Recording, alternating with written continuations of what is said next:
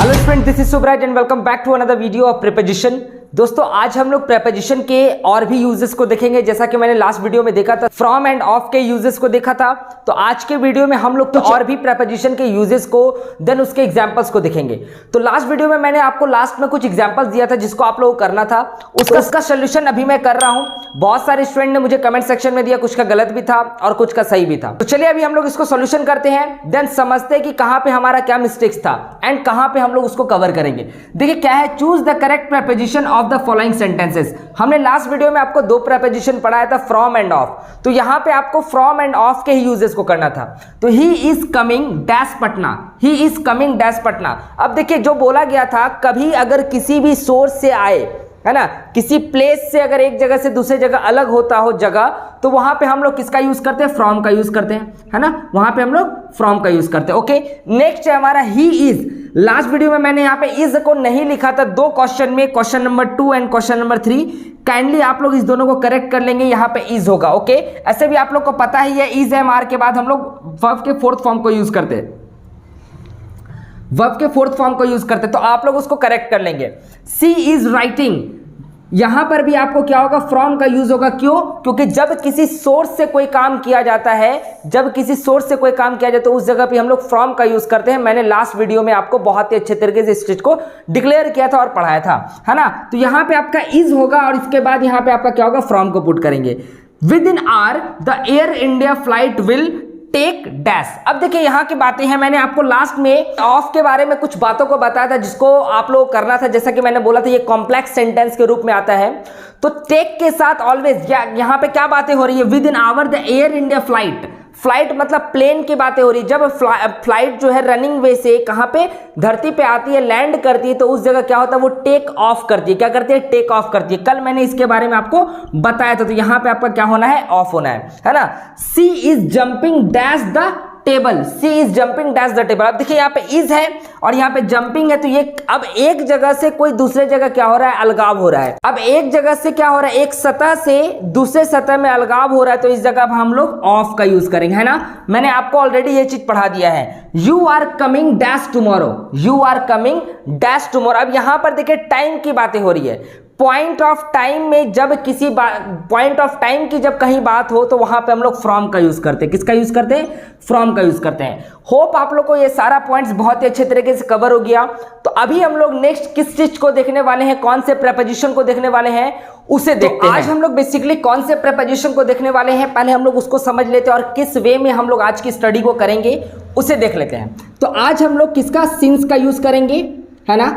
For के uses को देखेंगे एंड बाय के यूजेस को देखेंगे। तो आज हम लोग इस तीन प्रीपोजिशन को देखने वाले हैं। हम लोग इसके पहले यूजेस को देखेंगे, है ना, इसके भी यूज को देखेंगे एंड इसके भी यूज को देखेंगे। देन इससे रिलेटेड एग्जाम्पल को करेंगे, एग्जाम्पल को करेंगे एंड एग्जाम्पल को करेंगे। बाद में हम लोग इस तीनों को पढ़ लेने के बाद इस तीनों के एक्सरसाइजेस को करेंगे जिसको आप लोग को सॉल्व करना है। देन नेक्स्ट वीडियो में मैं इसका क्या करूंगा? सोल्यूशन भी आपको ला करके दूंगा। तो आज हम लोग बेसिकली ये सारे एक्सरसाइज, इस तीनों प्रीपोजिशन का यूजेस को देखेंगे विद डिटेल। हालांकि मैंने पहले ही आपको सिंस और फॉर का यूजेस बता दिया है जब मैं ट्रांसलेशन पढ़ा रहा था, उस ड्यूरेशन में मैंने सिंस और फॉर के यूजेस को पढ़ा दिया है। बट यहां पर अभी और भी कुछ आपको नया दिखेगा। सारा चीज सेम होता है, बट कुछ जब आप बार बार उस चीज को समझते तो आपके सबकॉन्शियस माइंड में वो सेट हो जाता है, फिर आप कभी नहीं भूलते हो। तो आज हम लोग फिर से सिंस को और फॉर को देखने वाले हैं एंड बाय को देखने वाले। इस तीनों के यूजेस को हम लोग बहुत ही अच्छे तरीके से इस वीडियो में कवर करने वाले हैं। तो सबसे पहले हम लोग सिंस के यूजेस को देखते हैं क्या होता है। चलिए स्टार्ट करते हैं सिंस के यूजेस को एंड इसके रिलेटेड कुछ एक्सरसाइजेस को एंड क्वेश्चन को। तो let's start the uses of since. Since को हम लोग से भी बोलते हैं, है ना। तो आपको पता होना चाहिए सिंस का यूज हम लोग पॉइंट ऑफ टाइम के लिए करते हैं। कहां के लिए करते हैं? Point of time. Point of time को दिखाने के लिए सिंस का यूज करते हैं। अब देखिए यहां पे पॉइंट ऑफ टाइम क्या है। जैसा कि आपको अब समय जो होगी वो आपको कहाँ से निकल के आएगा? वो कैलेंडर से निकल के आएगा। अब जो टाइम होती है, आपको ये बहुत ही इसको अंडरस्टैंड करना इसको अंडरस्टैंड करना बहुत ही इंपॉर्टेंट है। अगर आप इस चार्ट को चार्ट जाते हैं देन आपको कभी भी टाइम वाले किसी भी क्वेश्चन में कभी भी प्रॉब्लम नहीं होने वाली है ना। तो आपको इस कैलेंडर के सिचुएशन से आपको समझ में आ जाएगा कि सिंस का यूज हम लोग कहाँ करने वाले हैं। तो सबसे पहले हमारा जो कैलेंडर होता है उसमें टाइमिंग किस पार्ट से डिवाइड होता है। जैसे कि हमारा डेज होगा, डेज भी हमारा एक टाइम में होगा ना, जैसे मंडे, ट्यूसडे, वेंसडे, थर्सडे, जितना भी हमारा डेज होगा, जैसे कोई काम हमने मंडे को किया, ट्यूसडे को किया, थर्सडे को किया, तो वहां पे हम लोग क्या चीज का यूज करेंगे, सिंस का यूज करेंगे, पहला यूजेस। देन डेट, अगर आपको कोई निश्चित डेट दिया हो, जैसे 25 तारीख को, 25 जुलाई को, 26 फरवरी को, ये सारा चीज जहां पे आपको बिल्कुल निश्चित समय पता चल रहा हो, डेट का पता चल रहा हो, तो वहां पे हम लोग क्या चीज का यूज करेंगे, सिंस का यूज करेंगे। नेक्स्ट है एक निश्चित मंथ। निश्चित मंथ मतलब एक डिफिनिट मंथ हमको पता हो कि फरवरी में मैंने इस चीज को स्टार्ट किया था, मार्च में, अप्रैल में, मई में, जून में, तो ये भी एक टाइम को बताता है और यहां पर भी हम लोग किसका यूज करते हैं, सिंस का यूज करते हैं। Next occasion. ओकेजन मतलब होता है जैसे कोई पर्व होता है, पर्व मतलब अगर हम दिवाली से कोई काम स्टार्ट किए तो दिवाली हो गया, दुर्गा पूजा हो गया, होली हो गया, तो वो भी हमारा एक टाइम के गिनती में आता है, वहां पर भी हम लोग सिंस का यूज करते हैं। नेक्स्ट है ईयर्स दैट मीन्स जैसे 2020 से कोई काम हुआ था, मैं 2020 से पढ़ता था, मैं 2025 को वहां जाता, तो ये सारा चीज जो भी आपको बताया जाएगा, ईयर्स जो डिफाइन किया जाएगा वो भी आपका किस में होगा, टाइम के ड्यूरेशन में आएगा, और वो भी हमारा क्या होगा, वहां पर भी सिंस का ही यूज करेंगे, है ना। सिंस का ही उस जगह पे हम लोग यूज करने वाले। ओके, तो ये तो बातें थी किसमें, कैलेंडर के कुछ पॉइंट्स की। अब हम लोग आते हैं कुछ और में, जैसे क्लॉक। अब जैसे टाइम हम लोग घड़ी में देखते, तो जैसे मैं 6 o'clock से वो काम कर रहा था, मैं 7 बजे से पढ़ रहा था, मैं 8 बजे से क्लास जा रहा था, मैं 2 बजे से दौड़ रहा था, तो यहाँ पे आपको कुछ टाइम पता चल रहा होगा, टाइम की बाउंडेशन होगी। नेक्स्ट है हमारा स्टेट ऑफ लाइफ। अब स्टेट ऑफ लाइफ जैसे मैं बचपन से यह काम करता आ रहा हूं, मैं जवानी से यह काम करता आ रहा हूं, बचपन, चाइल्डहुड, जवानी, एडल्टसेंस, तो ये सारा चीज है ना, ओल्ड एज, ये सब चीज हमारा क्या होगा, एक स्टेट ऑफ लाइफ होगा, लाइफ का एक स्टेट होगा, तो देन वहां पर भी हम लोग सिंस का यूज करेंगे।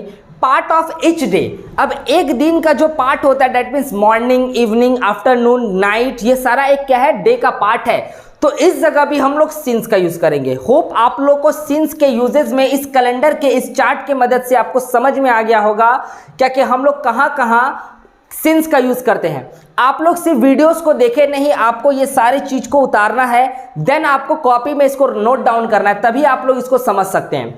अब हम लोग इसी के रिलेटेड इससे यूजेस, जैसा कि मैंने आपको दिया है, डेट को दिया है, जहां पे आपको डेट रहे, डे रहे, मंथ रहे, ओकेजन रहे, ईयर्स रहे, ये सभी जगह आपका सिंस का यूज होना है। नेक्स्ट, अगर आपको पॉइंट ऑफ टाइम में क्लॉक का टाइम दिया रहे, स्टेट ऑफ लाइफ रहे, पार्ट ऑफ ईच डे रहे, तो इस सभी जगह हम लोग किसका यूज करने वाले, सिंस का यूज करने वाले हैं।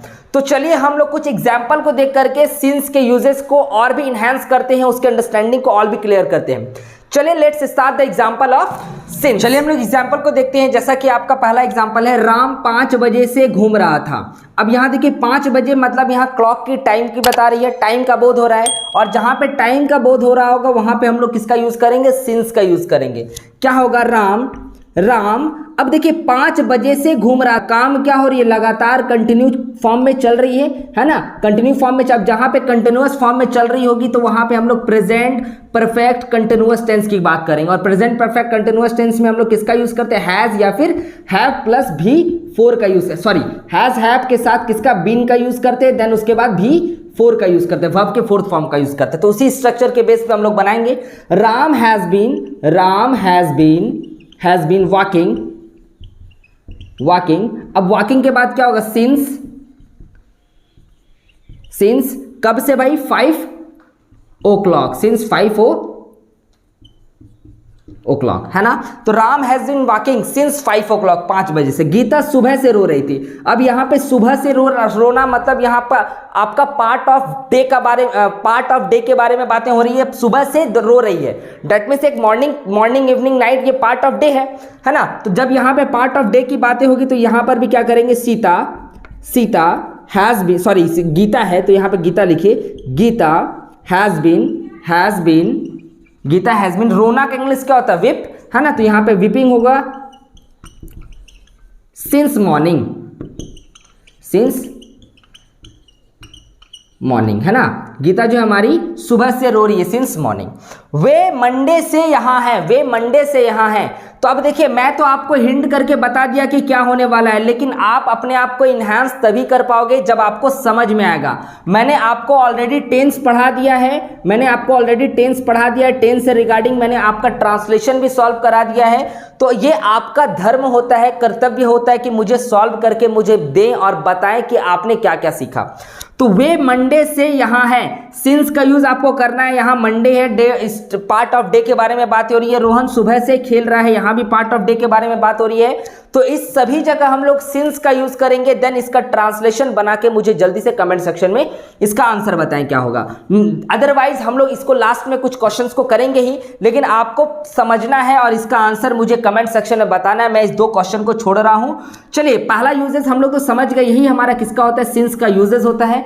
अब हम लोग नेक्स्ट यूजेस को देखते हैं, फॉर के यूजेस को। फॉर हमारा क्या होता है, उसके यूजेस को देखेंगे, देन उससे रिगार्डिंग कुछ क्वेश्चंस को करेंगे। Let's start the uses of. तो चलिए हम लोग 4 नंबर देखते हैं फॉर को। 4 नंबर है हमारा फॉर, नाम मिलता जुलता है। इसका हिंदी होता है, जब हिंदी इसका देखने चले तो इसका हिंदी के लिए होता है, से भी होता है और के बदले होता है। मतलब ये सेंटेंस वाइज अपने मीनिंग्स को चेंज करते रहता है ना। तो हमारा इसका फर्स्ट यूजेज है, क्या है first usages, it is shows duration of time. ये टाइम की ड्यूरेशन को बताती है, अवधि को बताती है। अब टाइम की ड्यूरेशन और अवधि क्या होती है, जैसे कोई काम कुछ देर तक चल रहा हो। जैसे मैं 2 दिनों से दौड़ रहा हूं, मैं कई दिनों से भूखा हूं, मैं 5 दिनों से पढ़ रहा हूं। तो यहां पे एक कोई निश्चित पॉइंट नहीं है कि मैं सोमवार से, चाइल्डहुड से, कुछ भी एक पॉइंट निश्चित टाइम नहीं है। बट यहां पे क्या है, आपको एक टाइम बताया जा रहा है। टाइम 2 तरीके का होता है, एक ऐसा जहां पे हमको निश्चित पॉइंट टाइम पता हो, एक वैसा जिसमें हमको सिर्फ उसकी अवधि पता हो। मैं 6 महीनों से काम कर रहा हूं, मैं कई दिनों से बैठा हूं, कोरोना कई सालों से चल रहा है। तो ये सारा क्या एक अवधि है। अगर इसी जगह मैं एक पॉइंट बता दूं, मैं सोमवार से पढ़ रहा हूं, मैं 5 बजे से पढ़ रहा हूं, कोरोना 2019 से आ रहा है, तो ये सब जगह में हमारा पॉइंट ऑफ टाइम डेट में सिंस का यूज होगा। और वहां पे हम लोग जहां पे ड्यूरेशन की बातें हो तो उस जगह हम लोग फॉर का यूज करेंगे।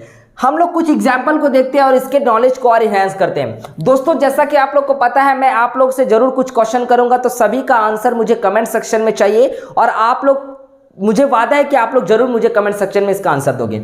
यह समय की अवधि को बताता है, जैसा कि मैंने अभी आपको बताया। जैसे एग्जाम्पल है, वह 10 मिनट से। तो अब आपको कोई निश्चित समय पता है नहीं है, लेकिन ये पता है कि वो टाइम की अवधि पता है कि वो जो भी था वो 10 मिनट से यहां पे मौजूद था। तो इसका ट्रांसलेशन क्या होगा, he had been, देखिए यहाँ थी है तो यहाँ पे हम लोग had का यूज करेंगे। he had been here, कब से भाई, for 10 minutes, है ना। तब यहाँ पे वह 10 मिनट से यहाँ थी, तो for 10 मिनट्स। तो यहाँ पे हमने for का यूज किया। हम 2 दिन से कह रहे हैं, हम 2 दिन से कह रहे हैं। अब यहां पर जो भी बातें हैं वो 2 दिन से आपको बताया जा रहा है कि यह काम करो, यह काम। तो हम 2 दिन से कह रहे हैं का ट्रांसलेशन क्या होगा। आई हैव बीन, देखिए चूंकि यहां पे है तो यहां पे हम लोग आई के साथ हैव का यूज करते हैं। तो आई हैव बीन। अब कहना का इंग्लिश होता है से, और जब यहां पे यूज करेंगे तो इसके साथ हम लोग वर्ब के 4th फॉर्म का यूज करते हैं। तो क्या होगा, saying, SAYING, saying for 2 days, है ना। होप आप लोग को समझ में आ रही हो कि सारी बातों को। रोहन कुछ देर से घर पर है। जो भी इसका ट्रांसलेशन सही से ही जानते हैं मुझे जल्दी से कमेंट सेक्शन में बताइए। कुछ देर का इंग्लिश होता है वाइल, क्या होता है, WHILE, वाइल। आपको इसकी मैंने बता दिया ट्रांसलेशन क्या होता है। इसमें भी यूजेस आपको से का फॉर यूज करना है। देन आप लोग, ये हमारा फर्स्ट यूजेस था, इसका एग्जांपल मुझे जल्दी से कमेंट सेक्शन में बताइए क्या होगा।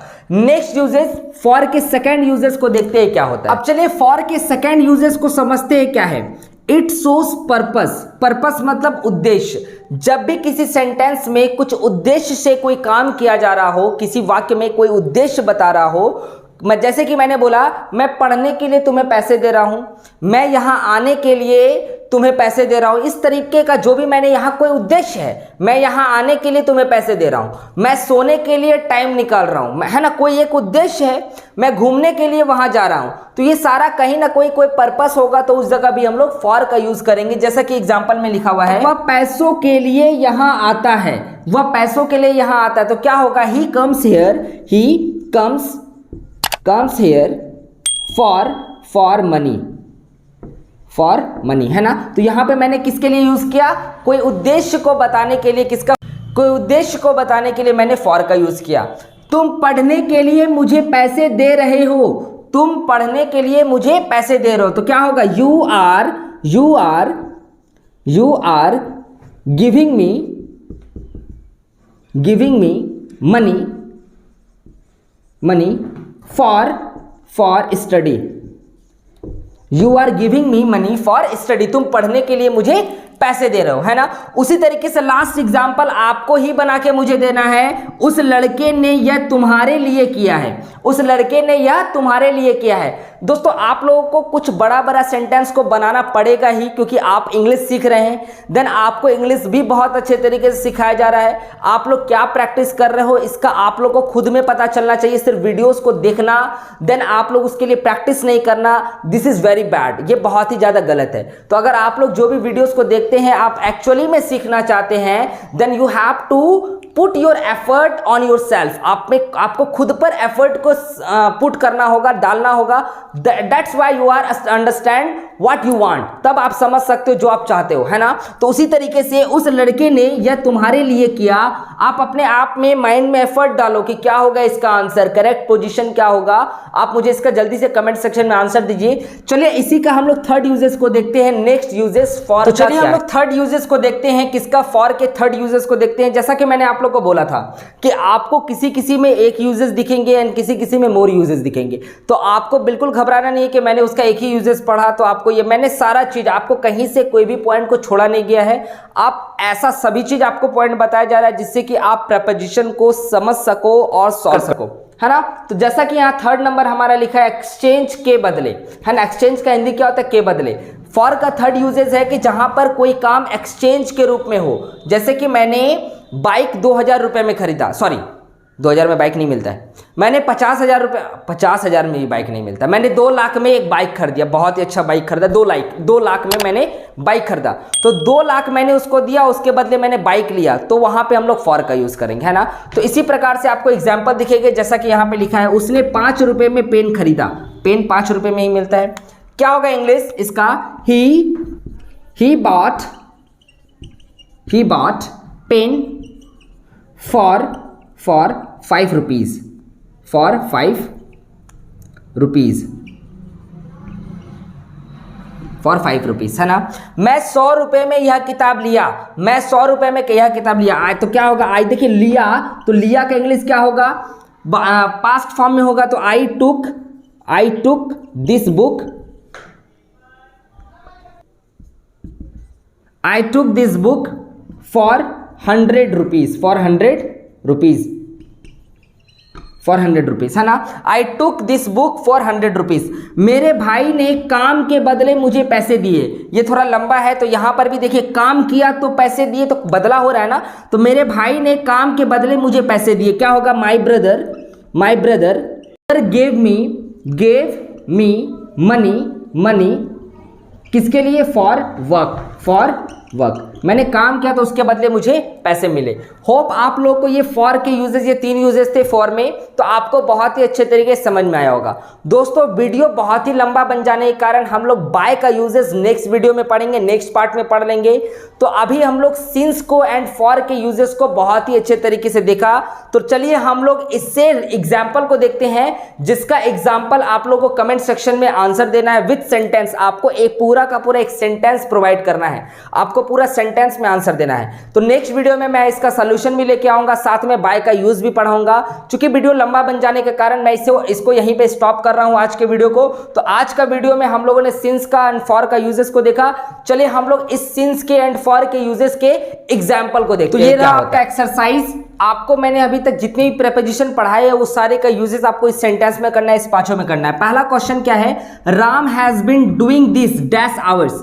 Ram has been doing this dash hours. Bear is jumping dash roof. They were going dash here. They were going dash. Next है my father gave me money dash study, है ना। She will coming here dash cook. तो ये कुछ example थे, कुछ exercises थे, जिसका एक्सरसाइजेस हम लोग नेक्स्ट वीडियो में सॉल्व करेंगे, आपको एक्सप्लेनेशन के साथ मैं बताऊंगा। तो आपको इसका क्या करना है, पूरा फुल सेंटेंस के साथ आपको इसका कमेंट सेक्शन में आंसर बताना है कि क्या होगा। तो दोस्तों आज के यूजेस में हम लोगों ने सिंस एंड फॉर के यूजेस को देखा। नेक्स्ट वीडियो में हम लोग नेक्स्ट प्रीपोजिशन के यूजेस एंड इसके एग्जांपल को देखेंगे। तो ये वीडियो आपको कैसा लगा मुझे कमेंट सेक्शन में जरूर बताएं। तो चलिए दोस्तों हमारे इस चैनल को जरूर से जरूर सब्सक्राइब कर देंगे और साथ ही साथ बेल आइकन को प्रेस करेंगे। मिलते हैं नेक्स्ट वीडियो में, तब तक के लिए goodbye, thank you so much.